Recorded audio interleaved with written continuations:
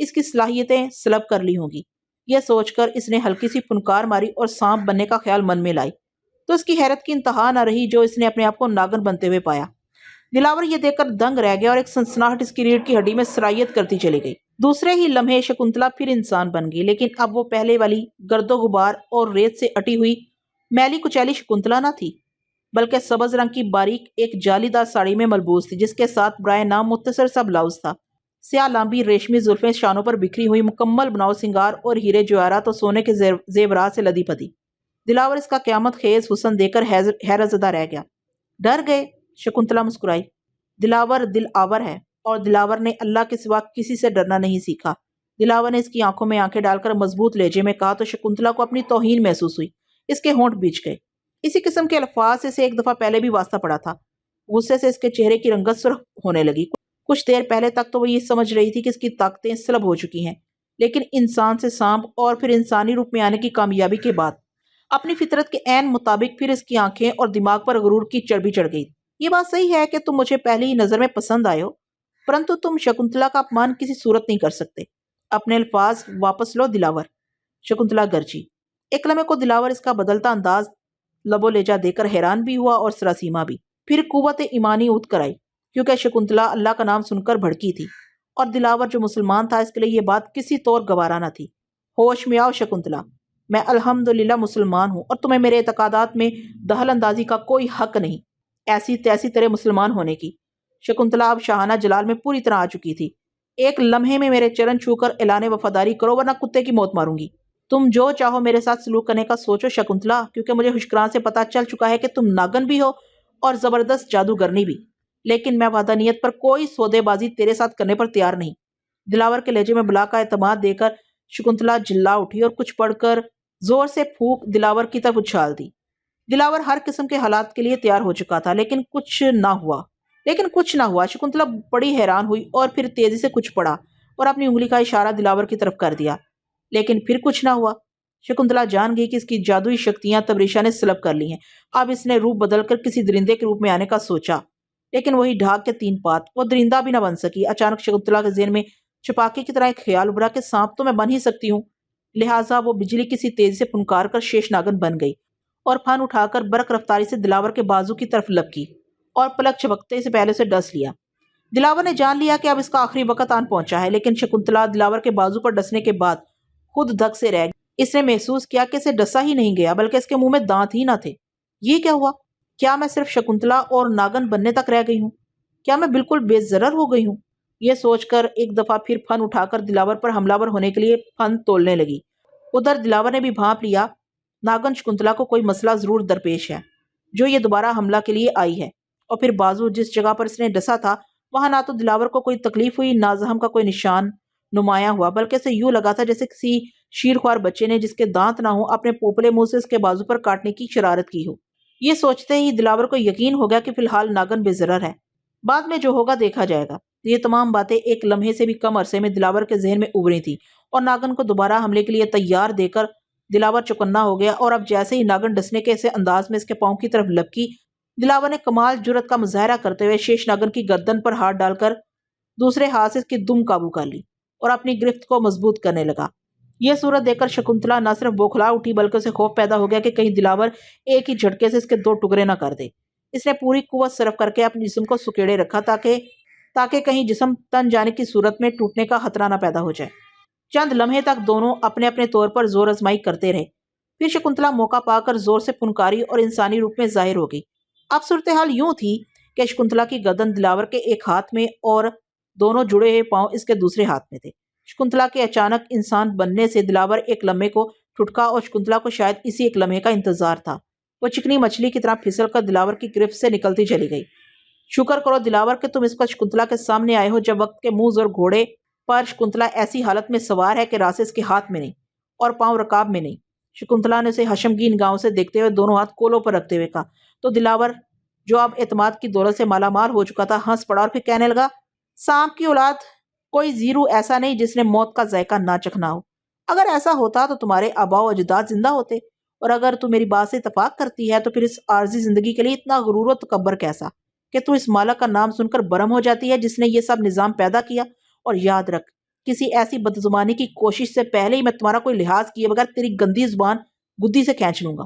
شکنتلا دلاور کا جرحانہ روپ دیکھ کر ایک لمحے کو ششدر رہ گئی اور پھر آہستگی سے بولی، میرے جیسا حسین تن بدن اور ہوشربا جوانی کے قریب آنے کے لیے خوشکران سمیت سب حسرت کرتے ہیں۔ تیری خوش قسمتی ہے کہ تو پہلی ہی نظر میں مجھے پسند آ گیا ہے۔ زیادہ چلتر دکھانے کی ضرورت نہیں ناگن۔ تیرا ڈسا تو سنا ہے پانی بھی نہیں مانگتا، اور میں یہاں عشق لڑانے نہیں اپنی بیوی کی تلاش میں آیا ہوں۔ بیوی؟ شکنتلا نے سوال کیا۔ ہاں، میری بیوی غزالہ، جو تبریشا نے عنکبوت جن کے ہاتھوں اغوا کر لی تھی۔ وہ ہاراکاری کے جنگلوں میں کہیں قید ہے اور میں بھی کوٹھاری کی قید میں بیٹھا تھا۔ کوٹھاری کا نام سن کر شکنتلا کی آنکھوں میں چمک پیدا ہوئی اور وہ مسکرا کر بولی، آدم زادے، تیرے لیے خوشخبری ہے کہ کوٹھاری کو ہم نے نرک واصل کر دیا ہے۔ وہ اب سنسار میں موجود نہیں۔ مجھے پتا ہے، دلاور بولا، لیکن تجھے شاید یہ پتا نہیں ہے کہ شکنتلا اور سامری نے اسے قتل کر دیا ہے، کیونکہ اس کے قبضے میں ہمارا ساتھی خوشکران تھا۔ اب ہم اس کی تلاش میں ہاراکاری آئے ہیں۔ پھر تو ہم سب ایک ہی منزل کے مسافر ہیں۔ دلاور شکنتلا کو بھرپور نظروں سے ناپتے ہوئے بولا، بالکل، اس لیے میں کہتی ہوں کہ عقل سے کام لے، لیکن ایک شرط ہے۔ وہ کیا؟ وہ یہ کہ اپنے مذہب کے خلاف سننا مسلمان کی شان کے خلاف ہے۔ منظور ہے، شکنتلا مسکرائی، پرنتو ایک شرط میری بھی ہے۔ وہ کیا؟ تو مجھے بہت پسند آیا ہے اور پسندیدہ مرد کو حاصل کرنا شکنتلا کی ضد ہوتی ہے۔ اگر سامری، میں اور خوشکران اپنی اپنی شکتیوں کی مدد سے ہاراکاری قبیلے کی اینٹ سے اینٹ بجا کر اور تبریشا کو قتل کر کے تیری بیوی کو آزاد کروا لیتے ہیں تو پھر تو مجھے سیراب کرے گا۔ لیکن ہمارے اسلام میں شادی کے بغیر عورت مرد کا ملنا حرام ہے۔ اسلام کا نام سن کر شکنتلا کے چہرے پر پھر غصے کی سرخی لہرائی، لیکن ضبط کرتے ہوئے بولی، شادی بھی کر لوں گی تم سے؟ مجھے تم جیسے کڑیل اور خوبصورت وجی جوان سے شادی کرنے میں کوئی عار نہیں۔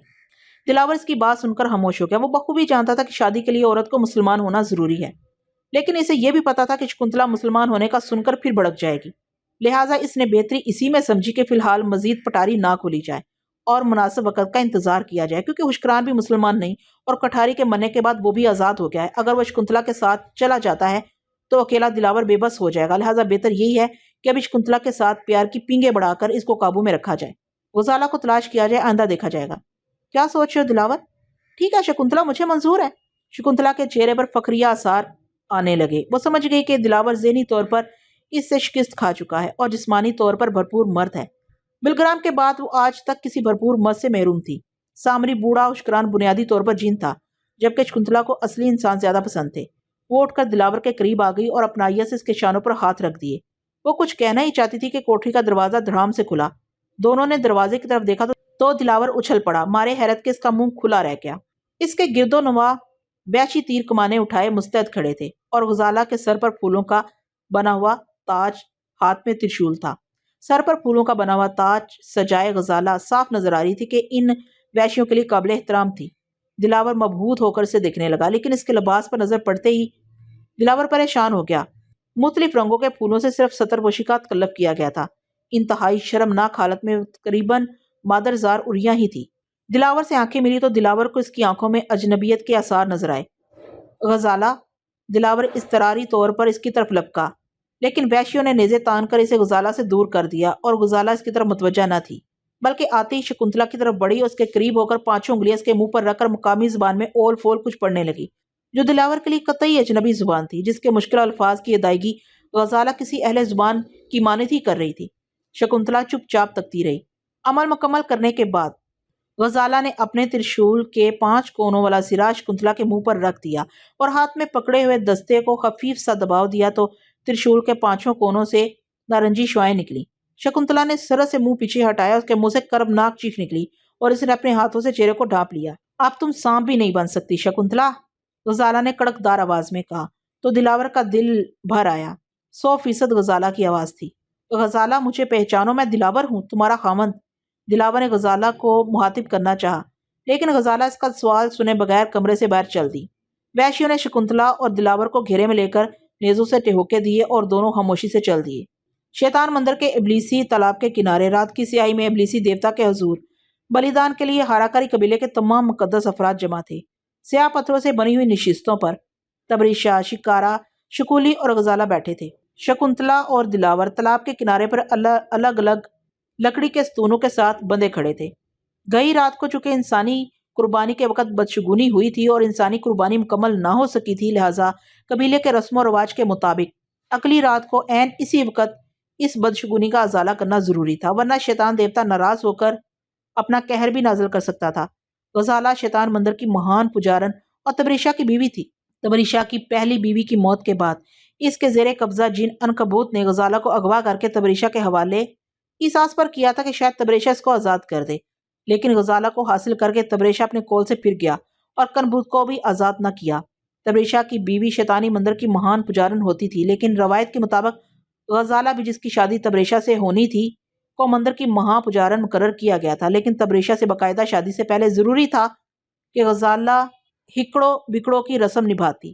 ہکڑو بکڑو کے اصول کے تحت 10 غیر مقامی مہذب افراد کے جسم سے گوشت کے ٹکڑے ایک ایک کر کے اتار کر ابلیسی تالاب میں ڈالے جاتے ہیں اور موقع پر موجود ہاراکاری باشندوں میں بطور تبرک تقسیم کر دیے جاتے ہیں، جنہیں وہ چھینا چپٹی کرتے ہوئے چٹ کر جاتے ہیں۔